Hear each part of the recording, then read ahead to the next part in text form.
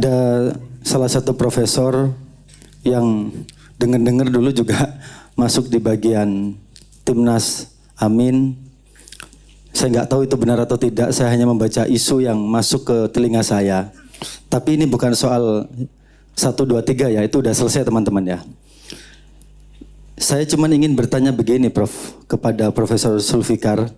Beliau ini profesor beneran teman-teman, termasuk yang bicara sebelumnya, itu juga doktor beneran. Yang di sana juga PSD-nya beneran. Maksudnya Mas Hensat yang nggak beneran siapa Mas? Bapaknya itu tadi. Oh. Tadi ada contohnya anaknya kan. Oh ada anak, ada bapak Mas ya? Oke. Nanti semoga Mas Hensat mengungkap siapa sosok yang dimaksud. Ini kan forum bebas Mas, forum merdeka. Soal impact dan efek berkenalan dengan Intel itu urusan lain Mas ya. Itu nafsi-nafsi. Jadi gini Prof Sul. Seperti tadi sudah kita sampaikan di awal. Juga sudah tadi dihantarkan oleh Mas Dr. Hendri Satrio dan Mas Ismail Fahmi. Jadi sebentar lagi kan kita mau bertemu dengan momen 20 Oktober. Tadi Mas Fahmi juga menyampaikan pengantar bahwa kita nggak mungkin hidup pada sebuah bangsa dan negara itu lantas kita kemudian tidak menganggap politik sebagai sesuatu yang penting.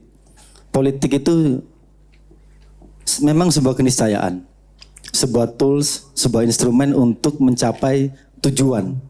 Ketika bicara pada konteks bangsa dan negara, lantas apa tujuan kita berbangsa dan bernegara? Dalam kacamata seorang Prof Sul, kira-kira apalagi beliau juga mengampu expert di urusan sosiolog teman-teman. Menurut Prof Zulfikar, kira-kira apakah kita masih punya harapan Prof? Kalau kita bicara satu titik ideal. Kalau tadi saya bercakap-cakap dengan beliau, pada satu isu barangkali kita ngomongnya isu otoritarianisme semisal. Saya tadi melempar pertanyaan di belakang kepada beliau bahwa di bangsa ini itu terjadi banyak permakluman teman-teman. Permakluman yang ya sudahlah, entah itu disebutnya sebagai sebuah bentuk apatis atau apa. Rentang periodik rezim ini sudah berganti kurang lebih sekitar 7 pemimpin. Mungkin masanya bisa berbeda-beda. Kalau kita mulai dari era Bung Karno, ada rezim yang disebut dengan rezim Orde Lama. Terjadi kurang lebih sekitar 21 tahun masa berjalannya rezim tersebut. Dilanjut kemudian oleh rezim Orde Baru yang dipegang oleh sosok Soeharto sebagai presiden waktu itu. Berjalan kurang lebih sekitar 32 tahun. Dilanjutkan kemudian oleh B.J. Habibie 1 tahun. Dilanjutkan kemudian oleh Gus Dur 2 tahun. Tepatnya 21 bulan. Dilanjut lagi oleh Megawati, menghabiskan sisa periode dari Gus Dur. Kemudian ketemu dengan eranya SBY, masa di mana kemudian politik pemilihan umumnya dilakukan secara langsung. Pertama kali pada perjalanan bangsa kita. Dilanjut kemudian pada rezim hari ini, rezim Joko Widodo. Berlangsung juga SBY dan Jokowi memegang estafet kepemimpinan selama 10 tahun. Ketika kita menyebut satu kata otoritarianisme, pasti view kita, pikiran kita, itu pasti akan tertuju pada sosok Soeharto. Itu pasti kita akan bersepakat teman-teman. Banyak orang yang kemudian mengatakan di percakapan publik bahwa ternyata pasca rezim tersebut, apalagi kalau kita boleh mengutip kalimatnya CN, emang pasca Soeharto kita merasa kondisi bangsa ini baik-baik saja? Itu pertanyaan beliau. Apakah kita tidak lebih buruk dan lebih parah dari Soeharto hari ini? Ini teman-teman tidak sama dengan bahwa Soeharto lebih baik. Tetapi yang saya ingin tekankan bahwa isu tentang otoritarianisme ini, kediktatoran ini sudah lama meredup. Sudah tidak lagi pernah kita temukan secara praktek yang itu berangkat dari definisinya. Saya tadi bertanya kepada Prof Sul di belakang, Prof, mungkin tidak bahwa ketika kejenuhan masyarakat ini sudah memuncak, udah deh, nggak apa-apa otoriter nggak apa-apa diktator. Yang penting kesejahteraan yang dicita-citakan dalam sila kelima Pancasila itu, keadilan sosial bagi seluruh rakyat Indonesia itu bisa tercapai. Masa bodoh lah kita bicara soal pola kepemimpinan. Mau diktator kayak, mau otoritarianisme kayak, mau apapun itu. Yang penting harkat martabat hidup orang banyak ini tercapai tujuannya. Lah, kira-kira Prof, apakah kita akan mungkin kembali ke nuansa itu? Jika iya, apakah itu bisa ditolerir oleh masyarakat kita? Dan pertanyaan berikutnya adalah, apakah ada harapan pada transisi kepemimpinan yang akan datang sesaat lagi ini bahwa itu akan tercapai? Dan jika tercapai, apakah memang harus dengan cara itu? Monggo, Prof. Zulfikar, waktu dan tempat, feel free, Prof. Monggo. Halo, Assalamualaikum warahmatullahi wabarakatuh. Selamat malam teman-teman, bapak-bapak, ibu-ibu sekalian. Terima kasih Mas Adi, Mas Fahmi sudah mengundang saya di acara ini. Untuk bicara tentang mediocre dan mediokrasi, sebenarnya tadi Dr. Hensat sudah menjelaskan dengan sangat deskriptif. Ketika beliau mengatakan ada 5 prinsip mediocre, yang diingat cuma 4 gitu. Ya, itulah ciri-ciri dari mediokrasi gitu ya. Ambisinya 5, kapasitasnya cuma 4 gitu. Oke, sebelum saya bicara lanjut tentang mediocre dan mediokrasi, mungkin saya ingin memberi sedikit komentar mengenai forum yang kita hadiri malam ini yang menurut saya sangat-sangat impresif. Ini pertama kali saya hadir di tengah-tengah teman-teman sekalian, dan saya baru tahu kalau ternyata forum ini itu sudah berlangsung selama 24 tahun. Ya kan? Jadi tepuk tangan buat Kenduri Cinta, ya. Dan saya ingin melihatnya sedikit dari kacamata sosiologis, ya. Saya sama seperti saya satu generasi sama Mas Fahmi yang ini, yang keren ini, yang sana lebih keren lagi soalnya tentunya. Jadi saya besar di era di mana pemikiran dan gerakan-gerakan mahasiswa itu banyak dipengaruhi oleh 2 Cak. Cak Nur dan Cak Nun. Saya membaca buku-buku Cak Nur ya ketika saya saya mengerjakan tugas akhir dan sebagainya. Tetapi tentu juga karya-karya Cak Nun itu benar-benar memberikan sebuah enlightenment, ya, pencerahan ketika kita berada di era yang penuh dengan kegelapan. Kegelapan dalam arti kita tidak punya kebebasan seperti yang kita nikmati sekarang untuk berbicara tentang apa yang kita pikirkan tentang masyarakat, tentang bagaimana kita menilai pekerjaan pemerintah, tentang bagaimana kita merasakan opresi yang dilakukan oleh negara ke seluruh lapisan masyarakat. Tadi sebelum acara saya sempat jalan ke belakang dan melihat di situ ada penjual buku ya. Dan di situ ada buku-buku Cak Nun. Jadi itu langsung mengingatkan saya. Jadi saya sedikit bernostalgia gitu dengan karya-karya beliau.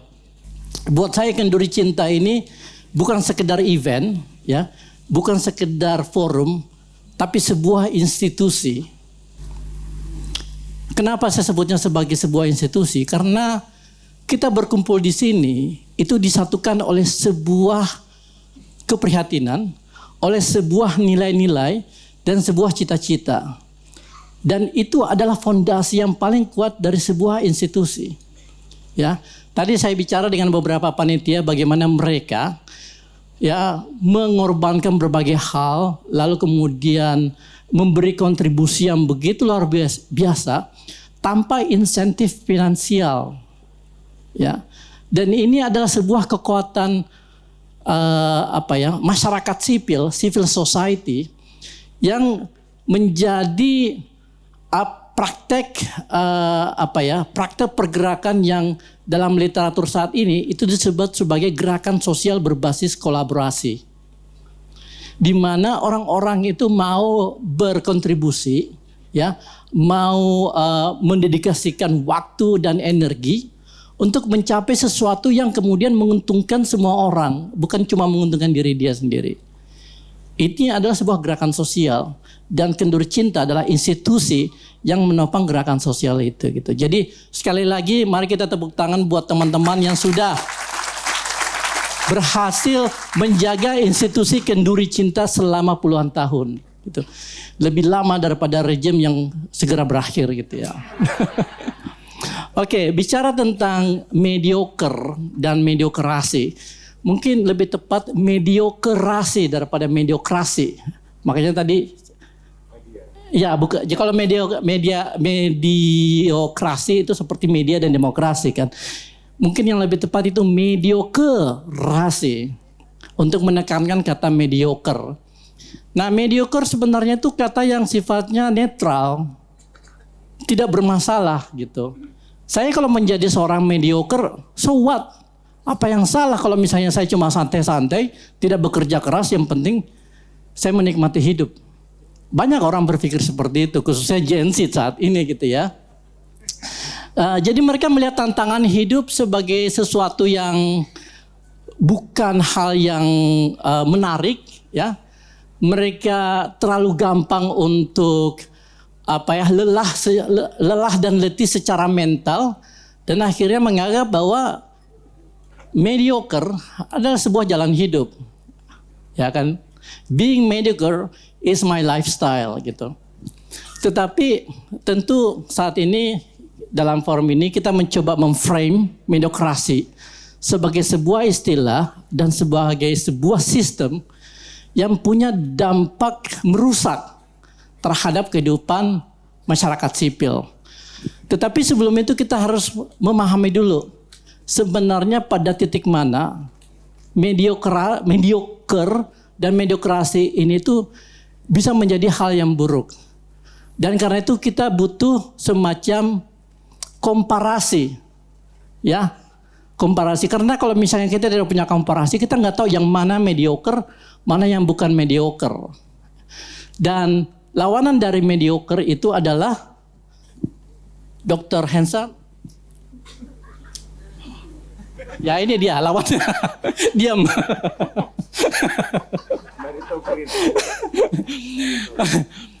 Lawan dari mediokrasi itu adalah par excellence.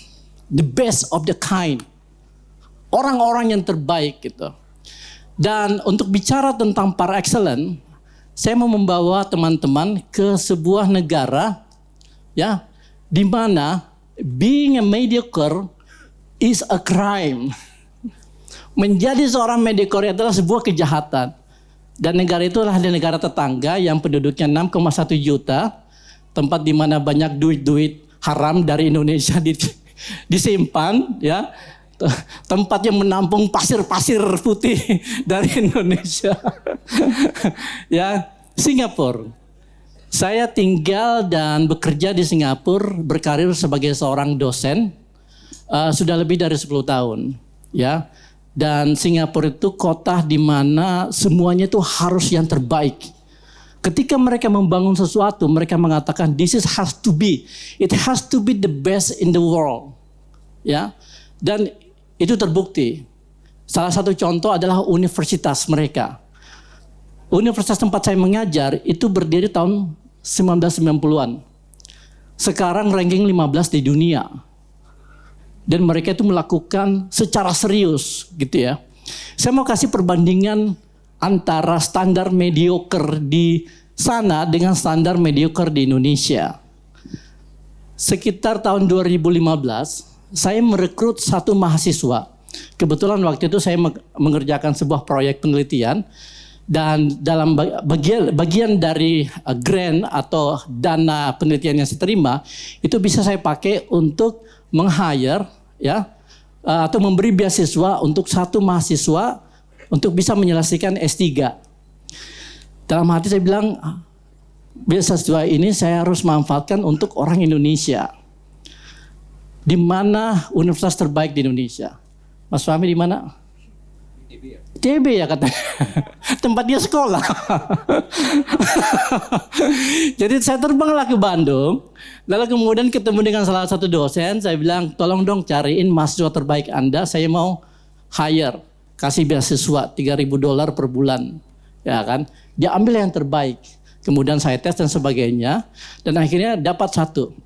Anak dari Bengkalis, Riau. Ada yang tahu nggak Bengkalis? Dia kalau pulang kampung dari Bandung, ya, terbang ke Riau, lalu kemudian harus naik perahu 2 kali. Saking tidak adanya sarana transportasi yang memadai. Walaupun selama 10 tahun pemerintah sudah membangun infrastruktur, ya, kalau nggak salah katanya, ya. Yang keras, Prof. Nggak dengar, Prof. Apa, Prof? Oh iya, nggak enak. Yang berani, Prof. Jangan jadi mediocre gitu.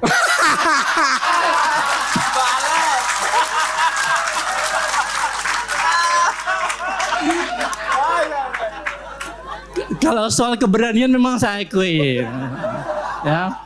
Ntar nggak bisa balik ke Singapura loh ya. Kalau calon menteri. Oke. Nah, nama mahasiswa itu adalah Freddy, ya kan? Dia keturunan Chinese, tapi kemudian keluarganya udah 3 keturunan di sana, jadi udah menjadi sangat lokal gitu. Udah jadi orang Riau. Kemudian saya hire dia. IPK-nya itu 3,79. Jurusan dia alumni salah satu jurusan paling susah di ITB, yaitu jurusan fisika. Ya kan? Bukan elektro, maaf. Jurusan fisika. Karena saya butuh waktu itu orang yang jago pemodelan, ya. Dia berangkatlah ke NTU dengan modal koper berisi pakaian, semuanya itu ditanggung. Ya kan, dikasih beasiswa, dibayarin pesawat, biaya riset dan sebagainya. Dalam 4 tahun lulus S3. Tahu nggak berapa IPK-nya? 3,65. Skala 5. Skala 5. Ya. Jadi dia orang terbaik, salah satu yang terbaik di ITB, ke Singapura jadi mediocre. Ya, untungnya akhirnya diluluskan juga gitu, karena tugas akhirnya disertasinya itu benar-benar brilian gitu. Tapi dari kemampuan menyelesaikan mata kuliah, dia masuk kategori mediocre gitu ya. Nah, itu adalah perbandingan bagaimana mediocre di sebuah negara itu bisa berbeda dengan mediocre di tempat lain gitu. Tapi ketika kita bicara tentang mediocre, ya, ada satu hal yang mungkin bisa kita tarik supaya diskusi mengenai mediocre dan mediokrasi serta mediokritas ini itu relevan. Yaitu terkait sama satu hal yang mungkin selama 10 tahun terakhir itu terasa hilang, yaitu intelektualisme. Intelektualisme itu adalah fondasi dari setiap masyarakat modern, ya. Dan intelektualisme itu bisa kita definisikan sebagai kemampuan dalam dua hal. Kemampuan berpikir kritis dan kemampuan berpikir reflektif. Itu adalah dasar intelektualisme. Kemampuan berpikir kritis artinya kita tidak mudah menerima begitu saja informasi atau pengetahuan yang diberikan ke kita. Kita harus kritis, kita harus mempertanyakan. Ini dasarnya apa? Buktinya apa? Ya kan? Kebenarannya dari mana? Itu bersikap kritis. Kemudian yang kedua adalah bersifat reflektif. Reflektif itu dalam arti kita selalu melihat diri kita sebagai bagian dari masyarakat. Sehingga kita tidak pernah dan tidak harus merasa paling benar. Nah, itu adalah 2 unsur utama dari intelektualisme. Intelektualisme ini sebenarnya sudah mengakar di dalam sejarah Republik ini. Sejak awal abad 20, intelektualisme itulah yang mendorong para tokoh-tokoh bangsa untuk memperjuangkan kemerdekaan Indonesia. Intelektualisme itulah yang membuat kita sadar bahwa kita itu dijajah. Kalau kita tidak punya kemampuan kritis, kalau kita tidak bisa melihat kondisi dan realitas masyarakat secara reflektif, masyarakat Indonesia pada saat itu tidak akan pernah sadar bahwa mereka dijajah. Buat mereka, hidup di bawah pemerintah kolonial itu ada hal yang biasa, mereka bisa terima. Kenapa? Karena ini sudah berlangsung 200-300 tahun dan nilai-nilai kolonialisme itu ya yang akhirnya membentuk individu mediocre itu udah terinternalisasi di dalam masyarakat sehingga mereka tidak mau dan tidak mampu mempertanyakan kekuatan dan sistem politik yang membuat mereka itu tereksploitasi. Intelektualisme itu yang menyongkel ya kesadaran masyarakat, ya social consciousness yang kemudian akhirnya berubah menjadi gerakan dan akhirnya berujung pada kemerdekaan Republik Indonesia. Jadi kita harus bersyukur bahwa yang namanya kemerdekaan itu yang pertama kita raih itu bukan kemerdekaan politik, tapi kemerdekaan berpikir. Dan intelektualisme ini kemudian mengalir dalam sejarah Republik ini ketika misalnya Pak Karno itu berkuasa. Tentu kita lihat bagaimana pemikir-pemikir intelektual pada saat itu mengisi posisi-posisi yang membuat Indonesia itu mampu melakukan apa yang disebut sebagai nation building. Membangun bangsa. Dan itu sudah gampang. Di Asia Tenggara ini, Indonesia adalah negara yang paling berhasil melakukan nation building. Lepas dari kondisi ekonomi yang carut marut ya. Tapi bicara nation building, dari Papua ke Aceh, ya kan, dari Kalimantan Utara ke pantai selatan, kita satu. Itu yang tidak dirasakan oleh orang di Filipina, tidak dirasakan oleh orang di Malaysia, bahkan to some extent tidak dirasakan oleh orang di Singapura. Jadi nation building kita itu sudah sangat kokoh dan ini semua akibat ya kontribusi dari para pemikir-pemikir intelektual di era Bung Karno yang kemudian berlanjut di era Pak Harto. Lepas dari segala bentuk otoritarianisme Pak Harto, intelektualisme itu tetap menjadi referensi yang penting ketika dia melakukan dan membangun sistem tata kelola pemerintahan yang bersifat top down. Nah, di dalam rejim Orde Baru, intelektualisme itu mengalami konversi menjadi kekuatan teknokrasi. Ya kan? Orang-orang seperti misalnya Pak Widjojo Nitisastro dan kawan-kawan yang membangun sistem perekonomian modern Indonesia pasca pasca Soekarno itu membawa pemikiran-pemikiran teknokratik dan kita harus berterima kasih karena itulah Indonesia mampu naik kelas menjadi negara yang membangun, ya kan, developing country gitu. Lalu kemudian terjadi peralihan, ya kita tahu di ujung-ujung Orde Baru para intelektual juga mempertanyakan teknokrasi dari Widjojo Nitisastro dan segala keputusan-keputusan teknokratis yang dibuat oleh Pak Harto. Bergeser ke Pak Habibie. Habibie tidak ada yang meragukan kadar intelektualitas beliau. Tidak ada yang berani mempertanyakan kemampuan teknokrasi beliau.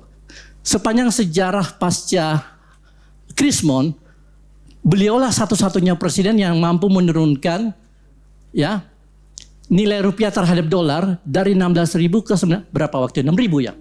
6.000 sampai sekarang itu tidak ada yang bisa melampaui itu. Dan itu karena ada hitungan-hitungan teknokratis. Lalu kemudian berlanjut ya kan Gus Dur dengan intelektualisme budaya yang begitu kokoh yang kemudian akhirnya menambah satu layer, satu lapis kekuatan kita sebagai bangsa itu kekuatan multikulturalisme dan toleransi. Masuk ke Ibu Megawati, lalu kemudian SBY, lalu kemudian tiba-tiba terjadi semacam potongan sejarah. Ya kan, potongan sejarah gitu. Dan selama 10 tahun kita melihat bagaimana intelektualisme itu ditertawakan. Ah lu cuma omong-omong gitu. Ah itu kan teori gitu kan. Ya kan, orang cuma bisa bicara, pandai berkata-kata dan sebagainya. Hal-hal yang bersifat intelektual itu ditertawakan, dicemooh. Ya. Dan ini menjadi pertanyaan besar kita. Kenapa? Dan sebagian besar masyarakat juga menerima itu sebagai sebuah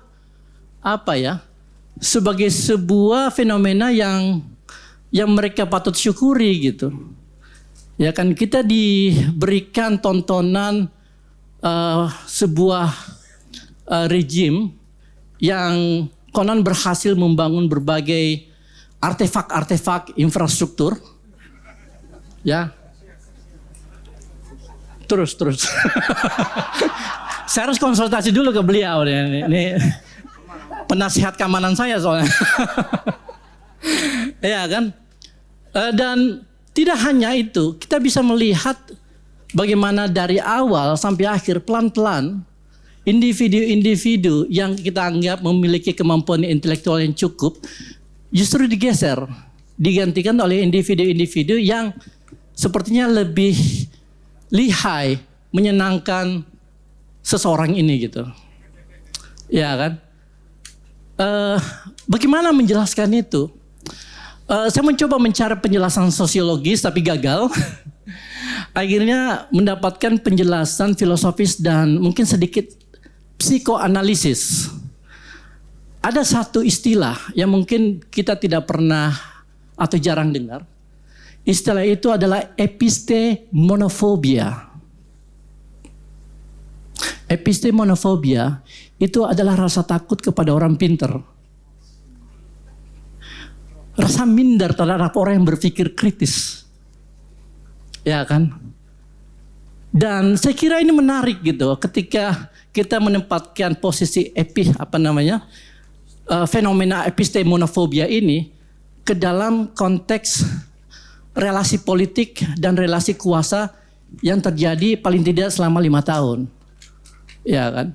Dan ini punya konsekuensi yang sangat serius terhadap memudarnya kemampuan intelektual tidak hanya pada level elit, tapi juga pada level masyarakat di grassroots. Karena masyarakat kita kan ya masih istilahnya itu ya, Dr. Hensat, yang di bawah lihat ke atas.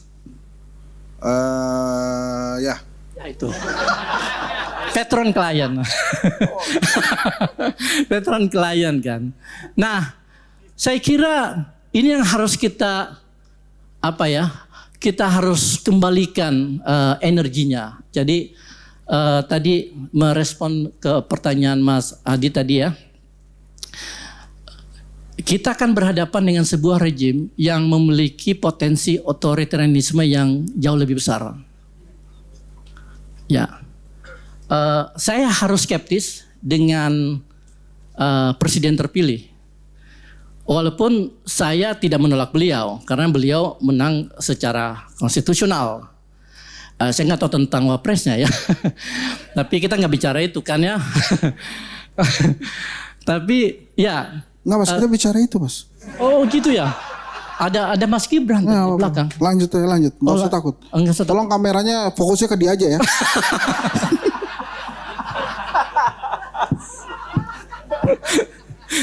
Tolong editor di blur. Oke, jadi saya kira satu-satunya kekuatan yang bisa melawan potensi dan konsekuensi dari bangkitnya rejim otoriter itu adalah masyarakat sipil. Ya. Dan kembali lagi ke poin saya yang pertama kali tentang institusi kenduri cinta. Ini adalah sebuah model di mana kekuatan intelektualisme itu bisa dibangkitkan dan bisa disebar. Kita jadikan intelektualisme itu sebagai sesuatu yang menular. Ya.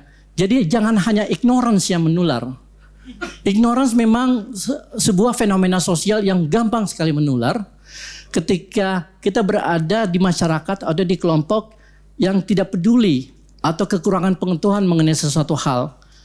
Nah, jadilah kita sebagai pemantik daya intelektualisme yang kemudian mencerahkan orang-orang yang ignoran tadi. Dan ini harus dilakukan secara kolektif, ya. Tidak bisa hanya Bang Hensat aja gitu, ya kan? Atau Bang Fahmi. Tapi kita semua. Dan model kenduri cinta itu menurut saya model yang cukup ideal karena disinilah ruang sosial kapital itu dijalin, lalu kemudian diisi oleh pemikiran-pemikiran intelektual yang bisa kita alirkan ke seluruh penjuru masyarakat kita gitu. Dan kita nggak perlu bicara politik dulu. Yang penting adalah kesadaran. Jadi agenda dari intelektualisme itu adalah kesadaran dan kemampuan berpikir kritis bahwa kita adalah bagian dari masyarakat yang tidak pernah lepas dari ekosistem politik yang pelan-pelan menguasai hajat hidup orang banyak dengan menghilangkan intelektualisme lalu menawarkan hal-hal yang sifatnya mundane. Mundane itu sesuatu yang biasa saja gitu. Ya kan? Walaupun sebenarnya menarik kalau kita lihat beberapa hari yang lalu presiden terpilih itu sudah mengeluarkan 7 daftar program prioritas. Namanya quick win ya. Ada 7 sama seperti Bang Hensa, saya tidak ingat semua. Yang saya ingat itu makan siang gratis, lalu kemudian pemberantasan TBC, perbaikan sekolah, apalagi ya, cek kesehatan dan sebagainya. Yang kalau misalnya kita perhatikan, 7 ini adalah seperti sebuah tanda bahwa selama 10 tahun pemerintah tidak ngapa-ngapain. Sampai harus kembali ke hal yang paling mendasar. Medical check up dan pemberantasan TBC. TBC itu udah hilang di Indonesia 30 tahun yang lalu. Saya sempat kena waktu kuliah. Udah hilang, kembali lagi. Dan kembalinya itu bukan karena faktor alam, karena faktor sosial, karena kelemahan institusi. Dan kelemahan institusi ini diakibatkan oleh ignorance. Seseorang ignorance itu ketika begitu banyak konsentrasi dia diarahkan ke arah yang lain. Itu adalah fenomena ignorance. Dan ke hal yang lain itu adalah tadi Bang Hesat bilang apa tadi? IKN. Jadi kalau misalnya Presiden Soekarno itu membayangkan ibu kota, Presiden Soeharto itu merencanakan ibu kota, Presiden menghilangkan ibu kota. Kita nggak tahu ibu kota kita di mana sekarang gitu. Segitu aja. Ya.